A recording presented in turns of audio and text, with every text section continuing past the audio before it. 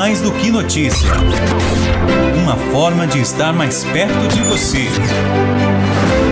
Começa agora, Abre Aspas. Canção nova no coração do Vale. Abre aspas. Abre aspas.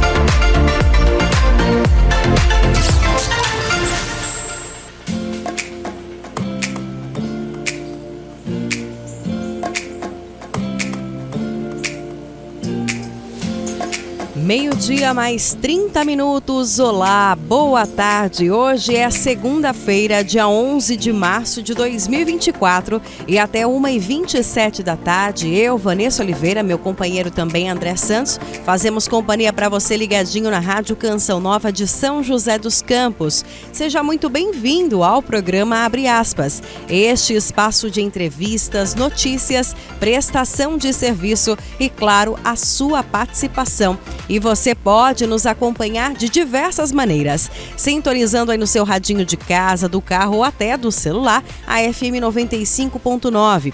Hoje nós estamos aí com um problema técnico por enquanto, né, André? Estamos aí com manutenção no nosso transmissor, mas você tem a opção de nos acompanhar pelo nosso aplicativo. Você vai na sua lojinha de aplicativos, procura lá Rádio Canção Nova e lá dentro do aplicativo, depois que baixar, procure a opção da Rádio de São José dos Campos e você consegue continuar sintonizando a rádio, acompanhando toda a nossa programação. Mas essa manutenção é breve, logo estaremos aqui na FM 95.9. Mas enquanto há essa manutenção, nós não vamos deixar você sem programação ou mesmo sem opção de nos acompanhar. Desde já, obrigada pela sua companhia. Abre aspas. E o Dia Mundial do Rim, comemorado toda a segunda quinta-feira do mês de março, foi instituído com o objetivo de informar a população sobre as doenças renais, com foco na prevenção e na incorporação de práticas saudáveis. Estimativas indicam que 10% da população mundial, cerca de 850 milhões de pessoas, tem alguma doença renal crônica que, se não for tratada, pode ser fatal. Para chamar atenção para o problema e estimular medidas para enfrentamento da doença, a Agência Nacional de Saúde Suplementar, a ANS, reforça informações importantes sobre o tema dentro deste mês de março. O problema é que muitas vezes, por falta de prevenção, as pessoas podem descobrir problemas renais em fase muito avançada das lesões. Por isso, é tão importante abordarmos este assunto, falar sobre o nosso rim, que muitas vezes está ali quietinho, A gente nem sabe se ele está funcionando ou não direito, não dá tanto valor assim, mas é um dos órgãos mais importantes para o nosso corpo. Diversos fatores podem, inclusive, levar à insuficiência renal crônica, como, por exemplo, a diabetes, hipertensão, obesidade, doenças cardiovasculares e sabe o que mais? O tabagismo. Você que fuma, fique atento. E hoje no programa Abre Aspas nós vamos falar sobre esse assunto, O que são doenças renais, qual a importância do nosso rim, ele dá sinais que alguma coisa ali não está muito bem, qualquer pessoa pode ter problema renal? Hoje o nosso assunto será esse e você, claro, é convidado a participar conosco, mandando as suas dúvidas, as suas perguntas para o nosso WhatsApp 12 3019 8801. 12 3019 8801. Não saia daí. Previsão do tempo. Previsão do tempo. E vamos saber sobre a previsão do tempo nesta segunda-feira. A Mônica Maria vai contar pra gente os detalhes aí, Tivemos um final de semana de calor, mas também marcado por muitas chuvas em pontos aqui da nossa região. O litoral norte ainda sofre, as consequências da chuva. Santa Branca também teve aí um episódio devido às chuvas, E a gente quer saber, Mônica, o que os meteorologistas preveem para hoje. Aliás, Mônica, fiquei sabendo que vem aí uma nova onda de calor nessa semana. É isso mesmo? Boa tarde, Mônica. Boa tarde, Vanessa e ouvintes do Abre Aspas. É isso mesmo, uma nova onda de calor está prevista para atingir o Brasil mesmo com o fim do verão. Segundo informações do Climatempo e do Instituto Nacional de Meteorologia, as regiões Sul, Sudeste e Centro-Oeste serão as mais impactadas pelo aumento das temperaturas durante toda a semana. Uma massa de ar quente ganha força entre o Paraguai e o norte da Argentina. Combinado a uma área de alta pressão, o calor deve se manter sobre a região por uma sequência de dias. O sistema dificulta a formação de nuvens carregadas e mantém o ar seco e em gradual aquecimento. E claro, a recomendação é que a população se mantenha hidratada e evite exposição ao sol durante o período mais quente do dia. E para hoje, segundo os meteorologistas no Vale do Paraíba, devemos ter um dia de sol com chance de chuva pontual e de fraca intensidade. Mínima de 20, a máxima fica em 29 graus em São José dos Campos e Jacareí. No litoral norte e Serra da Mantiqueira, a segunda-feira também deve ser de sol e aumento de nuvens no decorrer das horas e chance de pancadas de chuva à tarde e à noite. Em Caraguá e São Sebastião, mínima de 23 e máxima fica em 30 graus. Na Serra da Mantiqueira, mínima de 15 e a máxima fica em 24 graus em Campos do Jordão e São Bento do Sapucaí. Abre aspas. Obrigada, Mônica, pelas informações. Então, ficamos atentos aí, né? Fiquemos atentos em relação a essa onda de calor, né? Como a Mônica bem disse, muito importante hidratar-se, né? E a hidratação, minha gente, requer aí várias questões, né? E inclusive o nosso assunto de hoje também tem relação com a hidratação, né? Ingerir aí água, estar bem disposto, também vamos falar sobre isso. E aliás, vamos já começar o programa com uma boa notícia: a FM acaba de voltar no ar, graças a Deus aí, graças à sua oração, à sua intercessão e para nossa alegria, né? Também para começarmos bem aqui o nosso programa Abre Aspas nesta segunda-feira, que recebe com muito carinho ele, que eu digo que já é de casa aqui, já é o nosso médico particular aqui, Dr. Pedro Dias, médico urologista. Que alegria mais uma vez poder recebê-lo aqui na Rádio Canção Nova. É sempre uma alegria tê-lo a sua companhia aqui conosco. Boa tarde. Boa tarde, Vanessa. Boa tarde a todos. Muito obrigado pelo convite. Eu realmente fico muito honrado de estar aqui com vocês.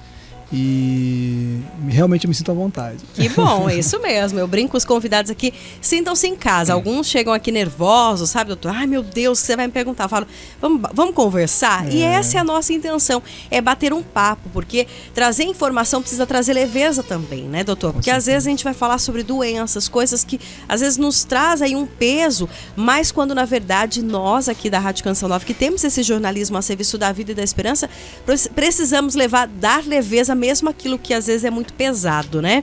E hoje, para falar sobre o Dia Mundial do Rim, né? Nesse mês de março aí, e muitas vezes, né, doutor, eu brinquei aqui no início, a gente sabe que tem rim, mas nem liga para ele, nem de alguma forma procura saber um pouquinho mais, e é um dos órgãos mais importantes do nosso corpo, né, doutor? Perfeitamente.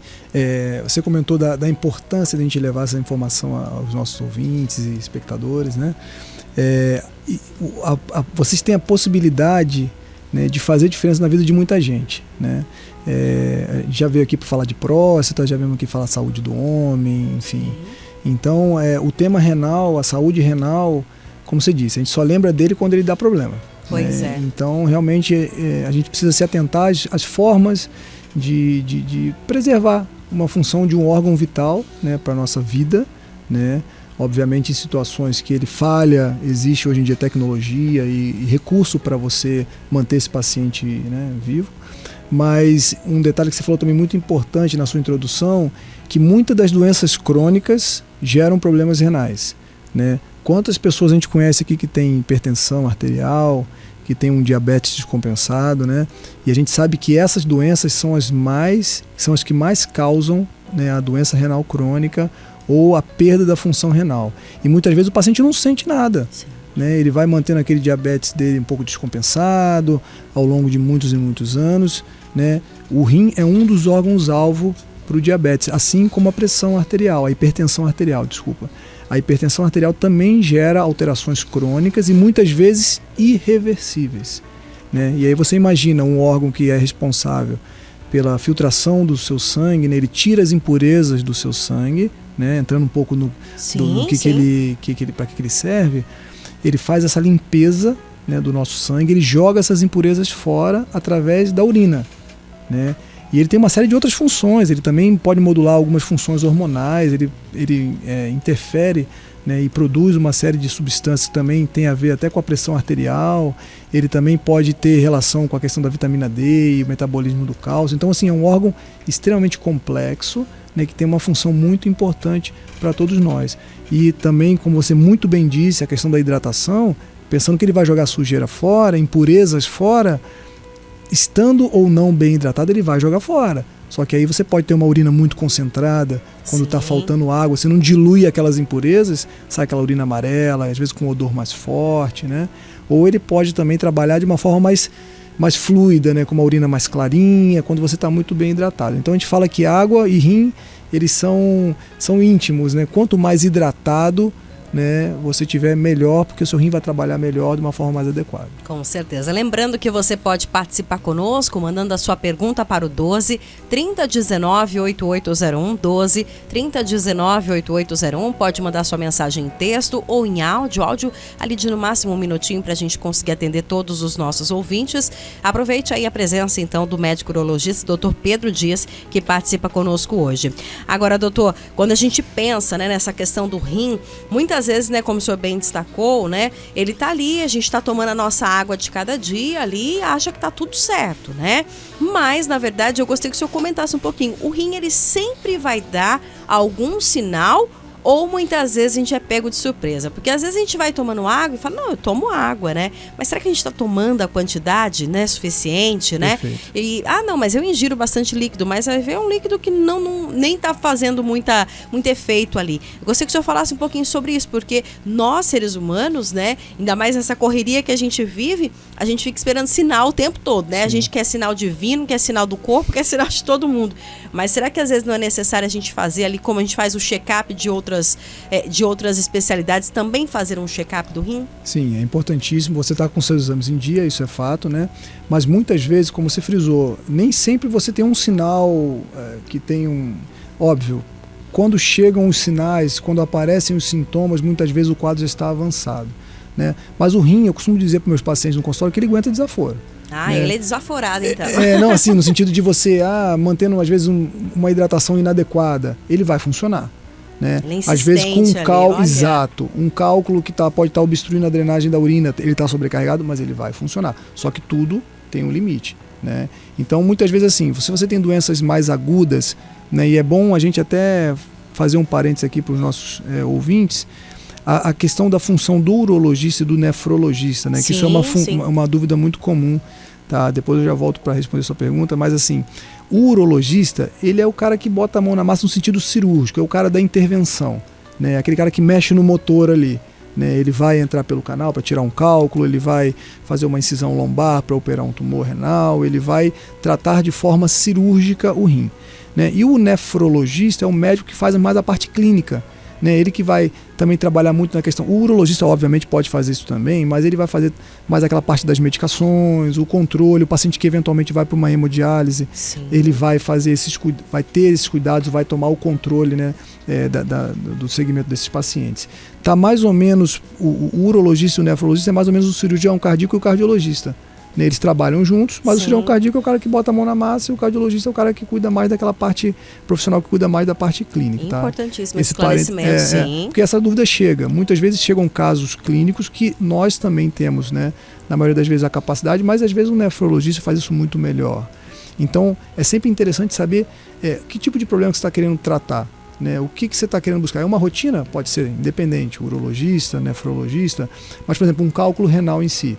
Às vezes até a gente trabalha junto, né? Porque às vezes a gente faz a parte cirúrgica, remove o cálculo, que pode ser uma das coisas que sobrecarrega esse rim, mas às vezes o nefrologista faz uma investigação muito boa do que está acontecendo para formar esses cálculos. Então acaba que meio que se misturam as especialidades, então a gente em geral está junto ali, né? Mas para responder a sua pergunta em relação a essa questão dos sintomas e eventuais cuidados, você falou um negócio muito interessante. Por exemplo, eu tomo líquido, doutor, mas eu tomo água todo dia, eu não chego a sentir sede, mas é muito importante. Será que está sendo suficiente? Né? Muitas vezes, né, a sede já seria até um sinal de desidratação. Sim. A gente tem vários parâmetros para saber se a gente está se hidratando de forma adequada. Por exemplo, coloração da urina. Tá? É um parâmetro, uma dica bem simples, objetiva, que a gente consegue fazer super rápido ali. Você urinou, você vai ver a cor da urina. Se a urina está um amarelo mais concentrado, muitas vezes alaranjado, em alguns pacientes até mais escuro, uma cor de Coca-Cola, está tendo um quadro de desidratação. né? A urina tem que estar um amarelo claro, transparente. Aí tá legal. Tá? Então isso é uma forma simples e rápida. Porque, por exemplo, às vezes aqueles 2 litros que você acha que está tomando durante o dia que está sendo suficiente, num dia quente, né, como foi muito bem dito aí na previsão do tempo, hidrate-se mais, né? Porque você está perdendo mais líquido para o seu suor, né? Através de suor, você está perdendo mais líquido pela sua respiração. Então, todas essas formas que a gente chama de perdas insensíveis, né, geram uma depreciação da quantidade de líquido no seu organismo. Então, dias como esse, você tem que hidratar muito mais, né? Diferente de um dia de inverno, que às vezes você não está suando, e aí às vezes a gente urina até mais no inverno, um jato melhor, entendeu? Muitas vezes é por conta disso, tá? Então sempre ficar atento à questão dos óbvios sinais, que nem sempre são imediatos, mas observa coisas simples, observa a cor da sua urina, né? Se a boca está ficando muito seca, não espere ela secar para você ir atrás da água, que vire um hábito diário, rotineiro, ao longo do seu dia, garrafinha na mesa. Aqui eu estou vendo uma caneca, estou vendo a garrafinha ali, isso é muito legal, né? Vai diluindo isso ao longo do dia, porque isso vira um hábito, né? E lembrando mesmo que a hidratação é fundamental para uma boa função, né, renal, e aí talvez ajude na principal função do rim, que é justamente filtrar essas impurezas do nosso organismo. E é interessante essa questão da água, né? Confesso que mesmo sempre trabalhando com a fala, né, com a voz, assim, nunca tive muito hábito de tomar tanta água, né? Mas eu brinco que a idade chega e o organismo ele cobra da gente, né? Hoje é o tempo todo e ainda para ter certeza de quantidade que eu tomei por conta da correria, às vezes você tá ali e faz as coisas no automático, né? Eu anoto. Legal. A cada meio litro de água eu faço ali a anotação. E como é interessante isso, né? Você que está nos acompanhando no seu trabalho aqui, por exemplo, na rádio, a gente tem a gente brinca um com o outro, ó, não tá tomando muita água hoje, e aí, olha, fulano já tomou mais do que fulano. Não é uma competição, mas é uma ajuda para cada um de nós, pra gente lembrar, porque às vezes a gente acaba esquecendo, como o doutor bem disse, às vezes a gente nem tá sentindo sede, mas eu aprendi muito bem com o doutor Pedro que quando você tá sentindo sede, na verdade, meu filho, já tá ali no bico do corvo já tá realmente, seu corpo tá gritando e você não tá percebendo. E falar de hidratação não é só pensar na saúde renal, não, é pensar em tudo, né? Na nossa pele, nosso cabelo, em tudo. Então a gente precisa ficar realmente atento. E agora o senhor comentou sobre essa questão da urina, como isso é interessante, né, doutor? Porque é uma coisa tão simples, às vezes você vai no banheiro, você nem olha, exatamente, né, ali no sanitário, e como é importante você ficar atento, porque aí quando você começa a entender essa importância, nossa, fala, olha, meu xixi tá clarinho, dá aquele alívio, nossa, e é impressionante, faça o teste em casa, eu já fiz esse teste.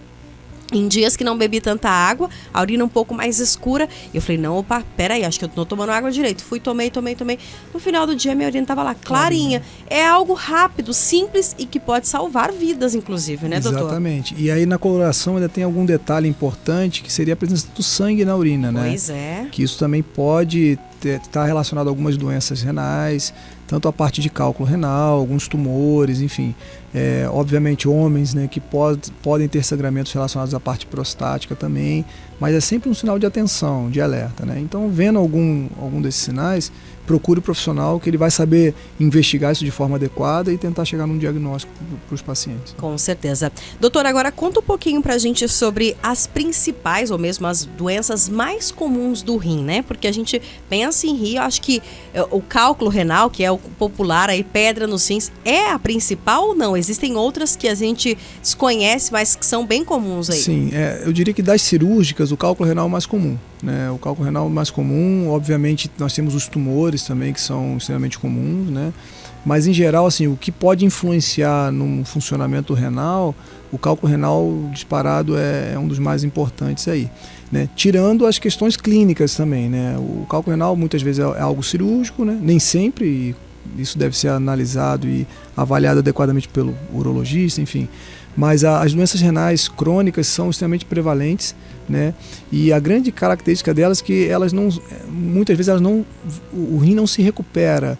Então, uma vez nessa insuficiência renal crônica, né, nem sempre o paciente se torna dialítico, né? E aí o pessoal já ouviu falar da tal da hemodiálise, que é uma terapia substitutiva. Ela faz o papel, né, dessa limpeza que o rim faria, isso é feito através de uma máquina, né? Mas em geral, muitos pacientes com doença renal crônica nem sempre necessitam desse controle, desse tratamento através de hemodiálise, mas os que necessitam, muitas vezes esse quadro se torna irreversível, né? Então as insuficiências renais crônicas demandam atenção, tá? Demandam cuidados específicos, e aí certamente o nefrologista entra, né, nessa história. Existem situações de insuficiência renal aguda, né, que são quadros agudos, aquela obstrução do cálculo renal, que às vezes desce dos dois lados e aí o paciente fica sem rim funcionante, às vezes um quadro de desidratação muito severa, né, o paciente fez uma prova de ciclismo muito longa, ficou exposto a uma situação extrema, isso aí pode gerar também a insuficiência renal, tá?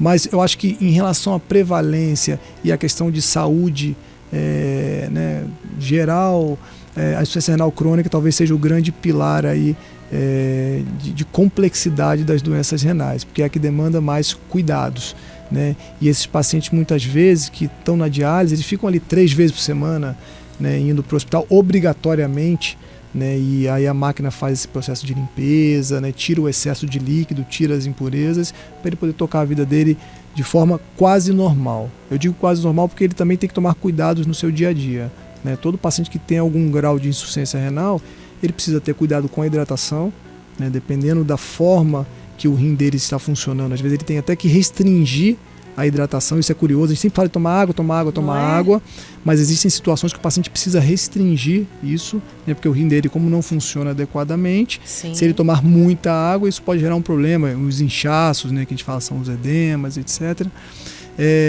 Outra coisa importante também, que esses pacientes que estão expostos à diálise, né, eles podem ter uma série de complicações do próprio processo de diálise, mas em geral, como a gente falou que o rim ele não tem só a função de produção de urina, né, quando o rim entra em falência, ele também pode influenciar na questão da produção dos eritrócitos, são as células dos nossos glóbulos vermelhos, então esses pacientes são anemiados cronicamente, então tem uma série de problemas que estão envolvidos nesse processo e realmente precisa de um profissional adequado, né, no caso o nefrologista, para seguir e contornando todos esses problemas para ele poder ter uma vida equilibrada, digamos assim, né? Interessantíssimo isso que o senhor coloca, né? Porque a gente pensa que o rim, a função dele é só ali a urina filtrar, e pronto, né? só Não, filtrar e tá tudo certo, né? Não. Quando na verdade é super ligada aí com outras coisas, Exato. né? Agora, doutor, eu acredito que muitas pessoas, né, devam chegar no consultório, ou mesmo do senhor, dos colegas nefrologistas aí, também pensando assim, mas se um rim deu problema, não são 2, eu não posso ficar tranquilo? Como é que funciona isso? Eu acho que é uma das curiosidades, né? Legal. Como é que vive nessa situação? São 2 rins, a pessoa, tive problema em um, então agora para ficar tranquilo, tem uma reserva ali, é assim ou não? Assim, primeiro que em geral são 2 rins, mas em geral existem pacientes que nascem com um rim só. Ah, isso acontece? Existe, Gente. Existem pacientes que nascem com algumas malformações, alguns vícios de rotação, que às vezes os rins eles se fundem, que a gente chama de rim em bolos. Gente. Existem rins que se juntam na parte do polo inferior, que é o rim em ferradura.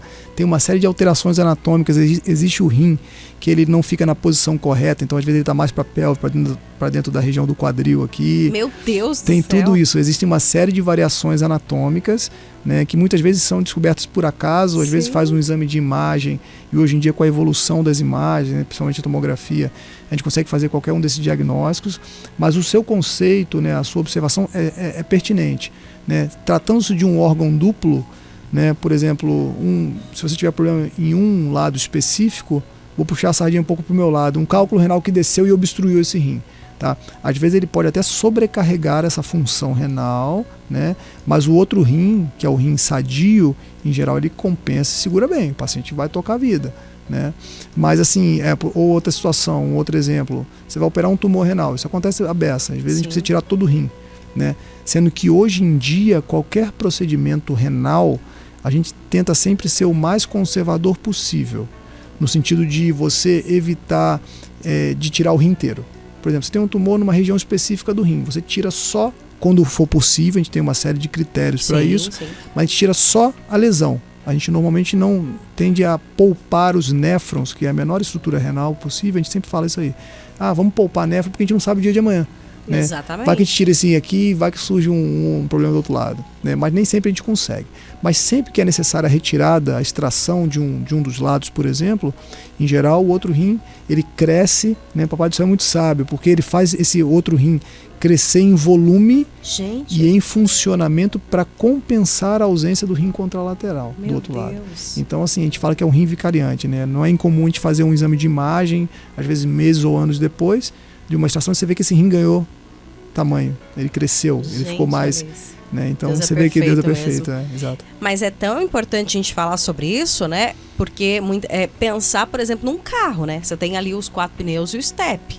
Mas você não pode ficar contando com o step sempre, né? Exato. Porque se fura um, você vai lá e compensa. E se fura o outro? Então, se a gente pode prevenir de alguma forma, né? Antes de sair aí, ir lá, arrumar, ver se está todos os 4 ali em funcionamento bem. Exato. Acho que é importante a gente trazer isso também, né, doutor? Não é ficar contando, porque eu tenho 2, então eu posso... Tô tranquilo. Uhul, né? Vou aproveitar com esse um aqui, né? Não, é também prevenir, se possível, tomar esses cuidados para ficar os 2 ali ok, né? Porque a gente não sabe realmente o dia de amanhã, não sabe né? o dia de amanhã, não sabe o dia de amanhã. E assim, uma rotina simples, né? Uma coisa procura simples, ali né? de... E aí você já vê outras partes e sempre é bom ter um exame de imagem, né, que a gente fala, e aí pode ser tomografia, ultrassom, aí o médico que vai indicar. Mas para você avaliar se o rim está bom, se está dilatado, se não está, se tem ou não tem cálculo. E aí da parte sanguínea também, a gente pode falar depois, mas tem a questão dos laboratoriais, que dá uma ideia já de como anda o funcionamento desse rim. Óbvio que existem exames mais profundos, mais elaborados, mas para uma rotina de dia a dia, né, uma rotina básica, mais que o suficiente para você ver que está tudo funcionando bem. Com certeza. Muito bem, hoje nós estamos conversando com o Dr. Pedro Dias, ele que é médico urologista, oncologista também, falando aí sobre o Dia Mundial do Rim, sobre a saúde renal. Nós vamos a um rápido intervalo e a gente volta já com as participações. Tem pergunta aqui, tem bastante coisa aqui, doutor. Cólica renal, ai meu Deus, né? Só de falar essa palavra já dá uma pontadinha aqui, né, André? Sobre infecção urinária, se pode virar aí de alguma forma um problema renal, sobre como é formado o cálculo renal. Já estou dando umas coisas aí para você já ir raciocinando, daqui a pouquinho responder após o nosso bloco comercial e a gente volta já já. Pontualmente, 13h, estamos de volta com o programa Abre Aspas, nesta segunda-feira, hoje dia 11 de março de 2024. Hoje nós estamos conversando com o médico urologista e oncologista Dr. Pedro Dias, falando aí sobre o Dia Mundial do Rim. Você sabia que neste mês de março tem um dia aí que faz nos lembrar ou mesmo trazer essa conscientização para a gente olhar com mais carinho para o nosso rim, para a nossa saúde renal? Esse é o nosso assunto de hoje, ele nos auxilia aqui trazendo dicas importantes e aqueles cuidados simples, né, minha gente? Porque prevenir não tem jeito, é sempre a melhor opção e a gente tem que fazer a nossa parte.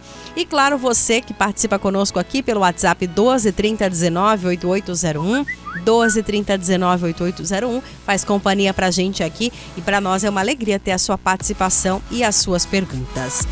E já tem participação aqui, doutor. Vamos começar aqui pela da Priscila, aqui do São Dimas. Boa tarde, Vanessa. Ela diz aqui, recentemente vi um bebê de 7 meses já com desidratação. Isso é muito sério desde pequeno e essa reflexão é uma excelente forma também de prevenção. Parabéns para vocês que nos trazem assuntos tão importantes. Imagina só um bebê de 7 meses desidratado, doutor. É complicado, né? A gente fala que nessa fase aí, né, principalmente do aleitamento, né, ele tem tudo que ele precisa, né? E a gente não tem que ficar tão preocupado enquanto amamenta, né, com essa questão da hidratação, mas já demanda os cuidados e a gente tem sinais para isso. E a criança desidratada, ela dá uma série de sinais, né? Às vezes aquele chorinho mais não forma tantas, não forma tantas lágrimas, a fontanelinha, a moleirinha às vezes fica um pouco mais afundada, a criança fica um pouco mais apática, mas isso são sinais de desidratação severa. Até a questão urinária também, de volume de urinar, não está enchendo a fraldinha. Então os pais têm que estar atentos. Né? E também não é incomum crianças com problemas como cálculo renal. Né? A gente tem um parceiro nosso que trabalha conosco, o Matheus, que faz muito bem a parte de uropediatria. E direto. Existe então uma especialidade para criança? Existe uma subespecialidade da urologia, né, que é a uropediatria, urologia pediátrica. E essa parte dos cálculos e tal, muitas vezes pode ser cirúrgico, então é interessante. Olha só. Então vocês pais aí, né, obviamente, estando com a rotina em dia, com o pediatra, a criança não dando sinais, a gente vai até um pouco mais tranquilo, né? Mas não é incomum se deparar com esse tipo de alteração e tem que estar na mão do profissional correto. Com certeza. Né? Porque você imagina, né? Na primeira infância você com esse problema, imagina como é que vai ser o resto. Sim, então tem que conscientizar desde pequeno e a gente sempre tem que estar orientando nossas crianças, eu falo pelos meus filhos também. Muitas vezes eles vêm, eventualmente estão com sede e tal, mas a gente tem que estar em cima, porque tá brincando, ele esquece do mundo, né? E aí você tem que estar em cima, incentivando. Chama a garrafinha ali coloridinha, né? Coloridinha, pra chamar atenção. Eles adoram. Né? Gostam, adoram. Sim. E observar, da mesma forma que nós adultos, a coloração da urina. Né? Volta e meia, meu filho ficou brincando a tarde inteira. Quando eu fui ver, eu tava a urina bem concentrada. Falei, opa, vem cá. E ele vai, toma. E oferecer sucos, enfim, né? Tem uma série de outras coisas. Uma observação em relação aos sucos. Para nós urologistas, em relação ao cálculo renal, o suco cítrico vai muito bem. Né? Porque muitas vezes o citrato, você aumentando essa substância, o citrato que tem no limão, laranja, por aí vai, isso ajuda a diminuir a chance de formação dos cálculos renais.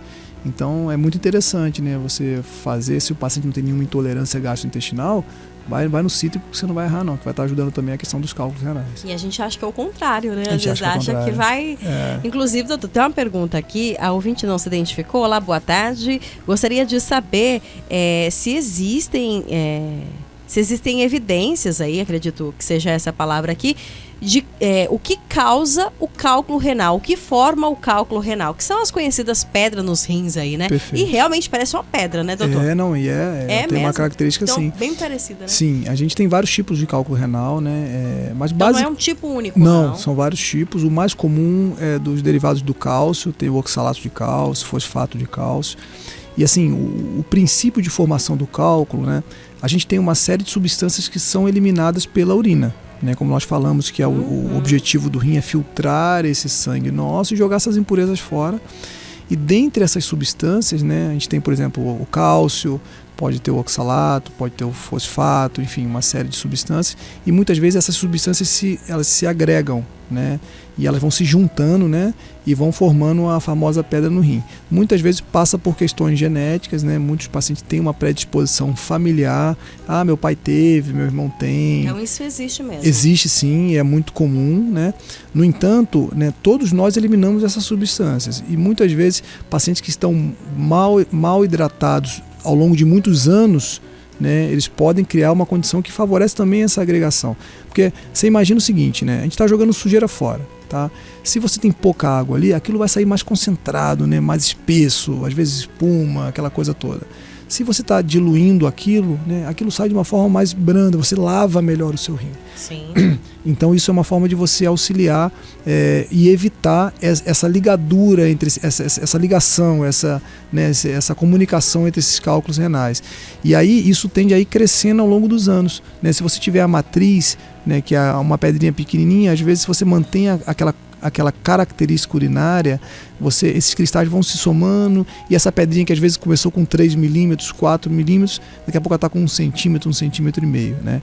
E o grande problema dessas pedrinhas é a posição delas. Enquanto elas estão dentro do rim, menos mal, né? Dependendo do tamanho, às vezes você precisa até mexer ela estando quietinha dentro do rim. Mas quando ela resolve descer pelo ureter, o ureter é um caninho que comunica o rim com a bexiga, é um caninho que tem em média ali em torno de 4 milímetros, talvez um pouco mais, dependendo da pessoa. Às vezes essa pedrinha enrosca ali. E aí ela entope, entre aspas, né? Não é um entupimento total, muitas vezes passa até um pouco de urina, mas ela dificulta muito, ela represa essa urina. E nesse lado que essa urina está represada, vai ter a cólica renal, a famosa cólica renal, porque pela distensão da cápsula renal, e também uma sobrecarga da função do rim desse lado.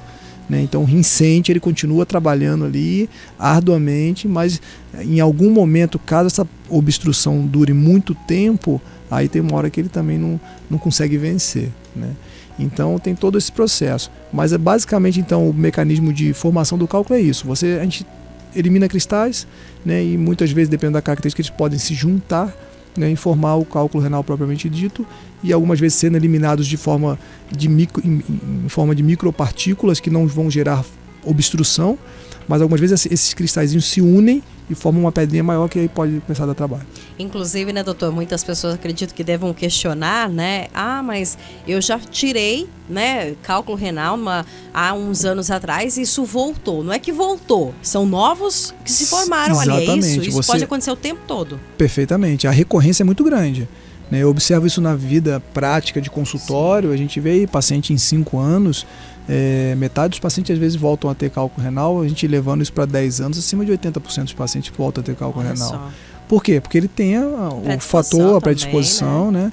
Aí ele fala, mas doutor, eu não sei o que pode ter acontecido, né, ao longo desses anos, mas durante um tempo eu fiquei tomando muito refrigerante, eu dei uma relaxada mesmo, exagerei um pouco no sal, e tudo isso está relacionado a fator de risco para a formação de cálculo renal. Então, assim, é importante a gente sempre estar alinhado com uma boa alimentação, né, evitar o sódio. Em geral, o sal, o sal do cozimento não preocupa tanto, mas o saleiro de mesa, ou tudo que tem muito sódio, refrigerante, enlatados, embutidos, industrializados, aqueles biscoitinhos que muitas vezes a gente come ao longo do dia, às vezes a gente não está nem percebendo. Sim. Mas aquele sódio favorece a eliminação de cálcio também na urina e pode favorecer a produção de cálculo renal. E o excesso de proteína animal, principalmente carne vermelha, né? Alguns cálculos são derivados de ácido úrico. Então é muito importante a gente evitar o excesso de carne vermelha. Vou comer carne, beleza. Come 2, 3 vezes por semana. Não vai comer todo dia no almoço e no jantar. Até porque tá cara a carne. Não dá, né? Mas é muito importante a gente ter essa variedade, né? Porque isso ajuda demais a prevenir e muitas vezes evitar episódios relacionados principalmente à elevação do ácido úrico e formação de cálculos com essa característica. Importantíssimas essas informações, né? Tá vendo só como tudo tá ligado, né? Alimentação, estilo de vida, tudo isso tá ligado ali e faz a diferença, né? Agora, doutor, uma pergunta bem interessante aqui. Gostaria de saber se infecção urinária pode, de alguma forma, prejudicar o rim. São regiões diferentes, mas podem dar problema juntos? É uma pergunta muito importante, Sim. né? A gente sabe que assim, a infecção urinária ela pode ser dividida em 2 tipos, né? Tem a cistite, né? A infecção urinária baixa que a gente fala, que é aquela infecção que pega a parte da bexiga, né? Mas algumas vezes essa infecção pode subir para o rim, né? Que é a tal da pielonefrite, que é o quadro, a bactéria que está na bexiga, ela encontra uma condição favorável, vai subindo pelo ureter e chega muitas vezes no rim, gerando uma infecção renal, que é um quadro mais severo, é um quadro que demanda mais atenção, né? Dependendo da característica do paciente, muitas vezes precisa interná-lo para fazer antibiótico. Mas você imagina, né? O rim é extremamente vascularizado, né? O sangue circula ali várias vezes, a volemia total passa pelo rim várias vezes ao dia. E você tendo uma infecção nesse rim, isso pode se tornar um quadro extremamente grave, né? Até essa infecção pode espalhar para o sangue, gerar quadros gravíssimos, já vi isso algumas vezes. Tá? E não é uma coisa que a gente precisa ficar bem atento, porque são quadros que realmente geram uma preocupação para a equipe médica. Tá? Mas é correto saber que isso pode alterar, inclusive, o funcionamento renal. A infecção urinária, né, em pacientes também imunocomprometidos, às vezes aquele paciente que tem um tratamento oncológico ou que tem alguma doença de base que gera alterações de imunidade também pode gerar, né, essa progressão para uma pielonefrite com uma certa facilidade. O quadro de infecção do rim relacionado a cálculo renal demanda muita atenção nossa. Tá? A gente tem que intervir muitas vezes de imediato, porque você imagina um rim com infecção e obstruído, né? A urina não consegue descer. Muitas vezes a gente tem que desobstruir esse rim, né? E muitas vezes você nem tira a pedra no primeiro momento, você só desobstrui através de uso de um dispositivo que é o duplo J. Quem já utilizou já sabe bem o que eu estou falando, porque ele é um pouco incômodo, mas você passa esse catéter para drenar esse rim, né, e tratar a infecção com antibióticos. Muitas vezes o paciente fica em ambiente de UTI. Então, assim, e aí, né, dependendo da idade do paciente, da frequência dessas infecções renais, isso pode gerar uma deteriorização da função renal, né? Então não é incomum hoje em dia eu pegar pacientes adultos que tiveram muitos casos, né, muitos quadros de pielonefrite na infância, por exemplo, que é essa infecção renal, e hoje chegam com sequelas renais, né, um rim atrófico, um rim com um tamanho menor, um rim que tem o parênquima, que é a parte carnosa funcional dele, menos funcionante, em sequela, né, em consequência desses processos de outra hora, né, aí que pode ter influenciado na situação atual. Então reforça mais uma vez, né? Às vezes, não, mas eu não tô com cólica renal, nada. É uma infecçãozinha de urina que vai passar. Até isso a gente tem que ficar atento, né, doutor? Atento. Porque acontece. Às vezes você realmente passou aí um dia, como o senhor destacou, às vezes fez algum trajeto, foi fazer uma viagem, evitou tomar água para não precisar ficar indo no banheiro, várias coisas. Mas a gente precisa ficar atento, né? O corpo, eu falo, o corpo ele não brinca não com os sinais, não, né? Alguma coisa ali tá errada, né? né? Alguma coisa está errada. A gente tem que valorizar, tem que tratar adequadamente, para isso não evoluir, não progredir. Sim, doutor, uma pergunta que chegou pra gente aqui pela rede social, o Marcelo, ele é de Jacareí. Olá, boa tarde. Doutor, estou com pedra no rim direito, mas de verdade morro de medo da cirurgia. É de alto risco? Devo realmente me preocupar? Olha, o cálculo renal, perdão, o cálculo renal, quando ele vai ser avaliado, né, se vai se tornar cirúrgico ou não, a gente leva algumas coisas em consideração. A gente tem que levar o tamanho desse cálculo renal, tá? Às vezes são cálculos pequenos, né, estão numa posição favorável, muitas vezes você não precisa mexer. Mas a gente leva em consideração o tamanho desse cálculo e a posição do cálculo, né? Se é um cálculo que às vezes está descendo em direção à bexiga pelo ureter, que é aquele caninho mais estreito, né, às vezes pode se tornar cirúrgico, ou às vezes é um cálculo muito volumoso dentro do rim, né? O que eu tenho para tranquilizar o nosso ouvinte é que hoje em dia, em geral, né, os procedimentos cirúrgicos para tratamento do cálculo renal, eles são pouco invasivos, né? A gente normalmente entra pelo canal da urina, né, e consegue subir com um aparelhinho até o rim ou até onde está esse cálculo. Não tem nem corte, né? Hoje em dia é difícil, né? Eu ainda peguei um pouco da transição ali, porque durante muito tempo a gente fez algumas cirurgias renais para cálculo, inclusive com cirurgia aberta. Hoje em dia é muito menos comum isso acontecer, tá? E a gente tem uma evolução tecnológica absurda, né? Desde a forma de acesso com aparelhos digitais hoje em dia, com uma imagem 4K, assim, gente, parece que você tá... imagens. É maravilhoso. A nitidez, a amplitude que isso gera para você. Você trabalha com uma estrutura de 4 mm, uma tela gigante, você está vendo isso de forma muito clara. E também a evolução da tecnologia em relação à fragmentação desses cálculos, a forma de quebrar esses cálculos, né? Antigamente a gente usava um aparelho mecânico, balístico, hoje em dia a gente tem a fibra laser aí, e a tecnologia da fibra laser inclusive está evoluindo muito, né? Que você consegue fragmentar de uma forma mais precisa, de uma forma mais rápida, e aí você resolve o problema do doente. Então, muitas vezes, né, o tratamento é pouco invasivo, né? Mas a definição do tipo de tratamento, o acesso para esse cálculo, se vai entrar pelo canal, se vai entrar pelas costas, enfim, tudo isso vai depender da avaliação do urologista dele. Com certeza. Agora, doutor, em relação à questão de câncer nos rins, né? A gente está aí nesse mês de conscientização para falarmos um pouco mais sobre isso, né? A gente está falando do cálculo renal, né? Sobre essas questões, mas é importante a gente falar que existe câncer de rim, né? Existe câncer de rim, faz parte da nossa realidade de serviço. A gente cuida de 2 serviços de uro-oncologia, inclusive do SUS, que a gente tem um volume grande, né, de tumores renais. E a gente percebe que, assim, muitos pacientes encontram esses tumores renais de forma, digamos, acidental. Ele vai procurar outra coisa, ele vai fazer um ultrassom por conta de uma dor abdominal, uma suspeita de uma pedra na vesícula, ele vai fazer uma tomografia por outro motivo e por acaso ele acha uma alteração renal, que pode ser um tumor, né? E muitas vezes isso é assintomático. Então é interessante, né? Porque muitas vezes para o tumor renal gerar sintomas, ele já está num estágio mais avançado, no sentido de ter um sangramento na urina, por exemplo, ou às vezes uma massa renal palpável no exame físico. Quando você vai apertar a barriga do paciente, você sente alguma coisa ali, né? Às vezes a dor lombar. Essa tríade clássica dos tumores renais é extremamente rara, né? Hoje em dia, com a evolução dos exames de imagem, né, a gente fala que a maioria dos achados de tumores renais é incidental, né? Numa rotina, achou isso aí é extremamente comum chegar para nós, né? E saber que muitas vezes, né, o tratamento para esse tipo de alteração passa por cirurgia. Hoje em dia a gente tem várias modalidades cirúrgicas, cirurgia aberta, que é a convencional, tradicional, né, que você faz a incisão, o corte na região lombar, dorsal, enfim, abdominal anterior, dependendo da característica do tumor. Hoje em dia tem a cirurgia laparoscópica, que você faz só aqueles furinhos, né? E tem hoje em dia também a cirurgia robótica, que é uma ferramenta fantástica, que vai trazendo muito mais qualidade no tratamento desses pacientes e uma capacidade de resolver casos cada vez mais complexos. Muito bem, hoje nós estamos conversando aqui com o Dr. Pedro Dias, né, médico urologista, falando sobre a saúde do nosso rim, né, como é importante a gente ficar bem atento a essa questão.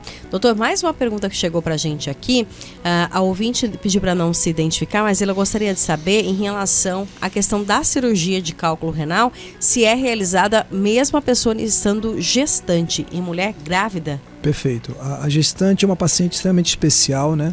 porque dependendo da fase de gestação, né, se ela tem uma crise renal bem no início da gestação, isso pode gerar, o tratamento em si pode gerar um quadro de um aborto, né, nessas pacientes, ou muitas vezes se está já no final da gestação, você pode gerar um parto prematuro.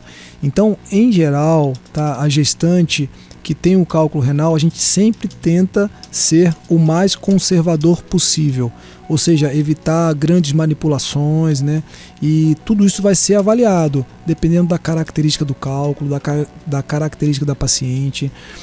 Algumas vezes a gente passa só aquele duplo J que eu já comentei, e aí os nossos ouvintes que tiverem curiosidade, dá um Google lá e pesquisa um pouco sobre o duplo J, mas é uma ferramenta importantíssima pra gente.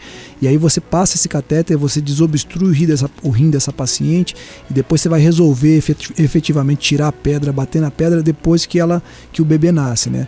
Justamente para evitar complicações do bebê, né? É óbvio que numa situação como essa a prioridade é a saúde da mãe, mas você realmente tem que tomar esses cuidados, e quanto menos invasivo, menos intervenção você utilizar, melhor, né? Mas tem situações que tem que fazer cirurgia, mas volto a dizer, a gente normalmente não resolve a pedra, a gente cria uma situação de tirar esse paciente da urgência, a gente desobstrui o rim através da colocação de um catéter interno, e após o parto a gente resolve esse cálculo com fragmentação, com laser e tudo mais. Inclusive, a utilização do laser ou eventualmente de outro tipo de energia para quebrar a pedra pode gerar complicações para o bebê, complicações até auditivas, é curioso. Nossa. Isso. É muito interessante quando a gente está operando muitas vezes o paciente, batendo com laser, às vezes a gente escuta o barulhinho da fragmentação aqui através da parede abdominal, para você ver a intensidade desse ruído. Sim. E aí você imagina, né, um bebezinho, um feto ali em formação, exatamente, isso pode gerar uma carga grande e pode gerar complicações desse tipo. Mas as principais complicações que geram preocupação para nós urologistas no início da gestação, o risco de abortamento, nessa paciente ter um aborto ali, ou no final da gestação, às vezes até o bebê ainda não totalmente formado, você desencadear um parto prematuro e gerar um problemão para essa paciente. Então fique atento, né? Até porque quando a gente fala de gestante, né, a questão de infecção urinária é muito recorrente, né, doutor? Extremamente recorrente, e é um tipo de paciente que tem que ser tratado. Existem algumas situações de infecção urinária que é assim, aquele paciente que está bem, está totalmente assintomático, fez um exame por acaso de rotina, e aí você vê uma infecção urinária. Mas ele está muito bem, a gente considera a tal da bacteriúria assintomática. Ele tem a bactéria, né, mas ele não tem sintomas. Então, algumas vezes você pode, dependendo da situação, dependendo da conversa com o paciente, você pode até não tratar, observar que isso não vai gerar maiores problemas. A gestante não. A gestante e pacientes oncológicos, imunossuprimidos, né, eles não podem ter bacteriúria assintomática. Qualquer sinal de presença de bactéria na via urinária, você tem que tratar obrigatoriamente a gestante. Com certeza. Doutor, mais uma participação que chega pra gente aqui. Olá, boa tarde. Meu nome é Cecília. Gostaria de saber em relação à questão da hemodiálise. Estou prestes a fazer uma cirurgia para retirar o rim e gostaria de saber, em relação à hemodiálise, pode haver rejeição? Eu acho que ela está perguntando em relação assim, primeira coisa, né? Nem toda cirurgia renal vai gerar uma evolução ou uma situação que esse paciente vai realmente precisar de diálise.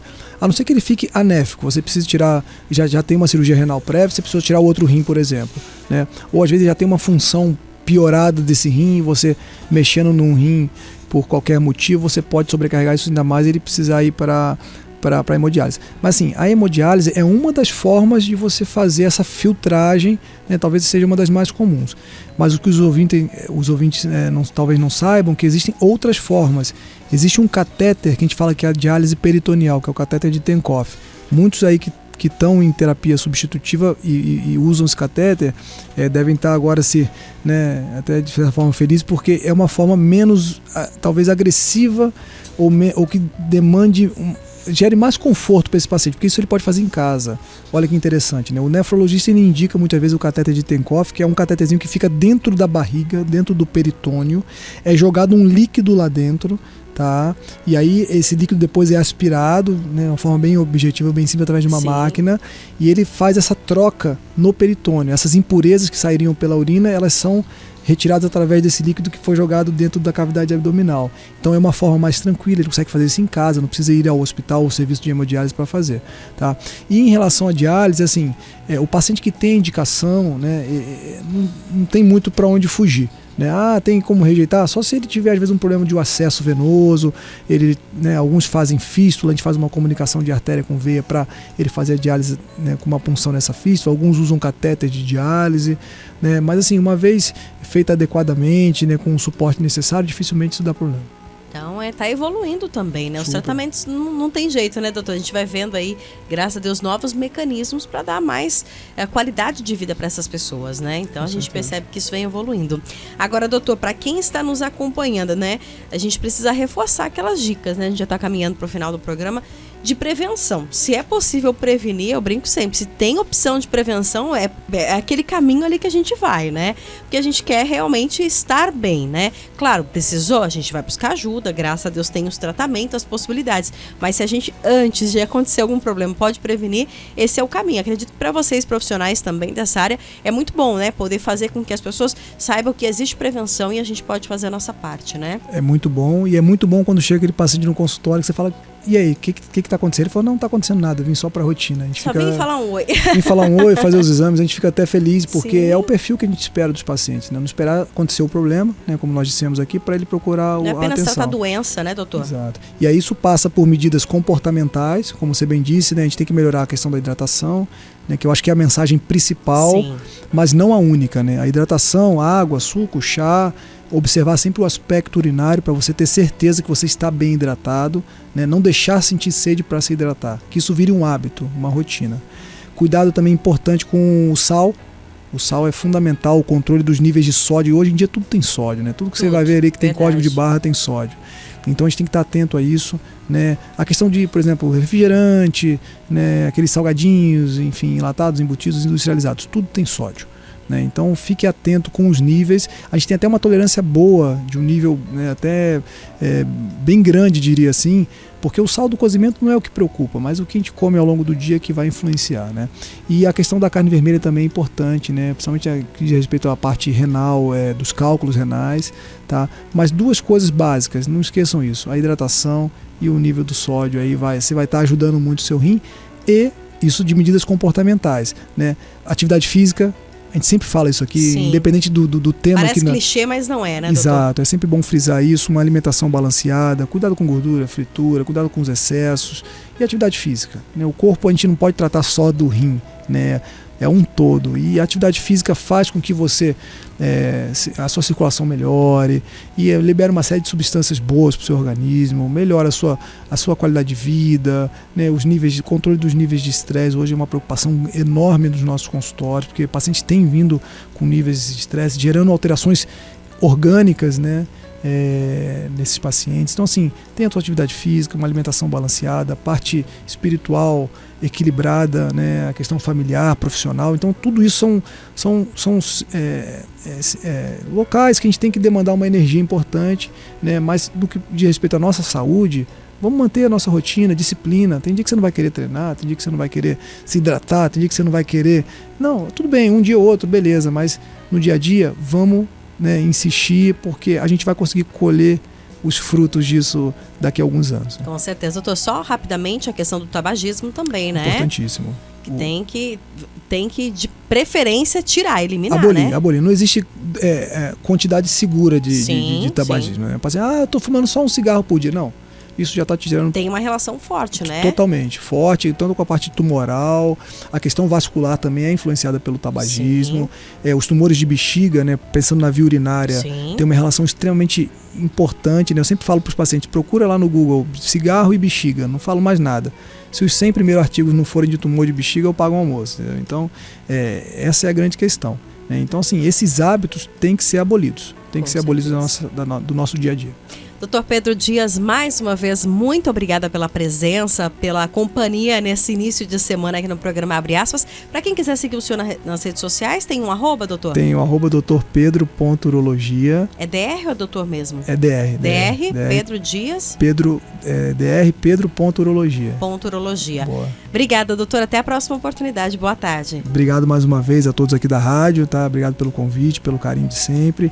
E vamos nos cuidar, né? Vamos hidratar bem, tocar a vida aí, que a gente tem muita coisa boa para viver pela frente. Quando tomar sua água, aí lembra da gente, falando na sua cabeça, tem que beber água, tem que hidratar. Se for o caso, anote, coloca um celular para despertar, né, André? Que a gente toma bastante, nós somos educados na água, na hidratação, né? Muito bem. Vamos para a nossa reflexão do dia?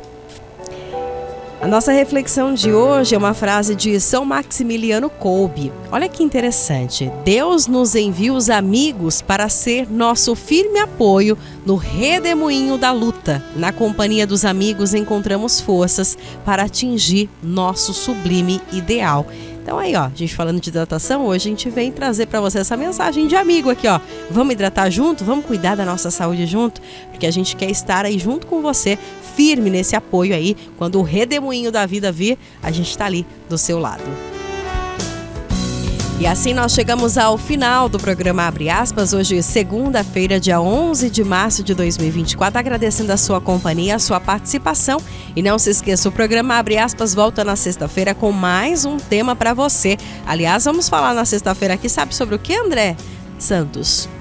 Uau, leão, né? Não sei imitar um leão. É, meu filho, imposto de renda.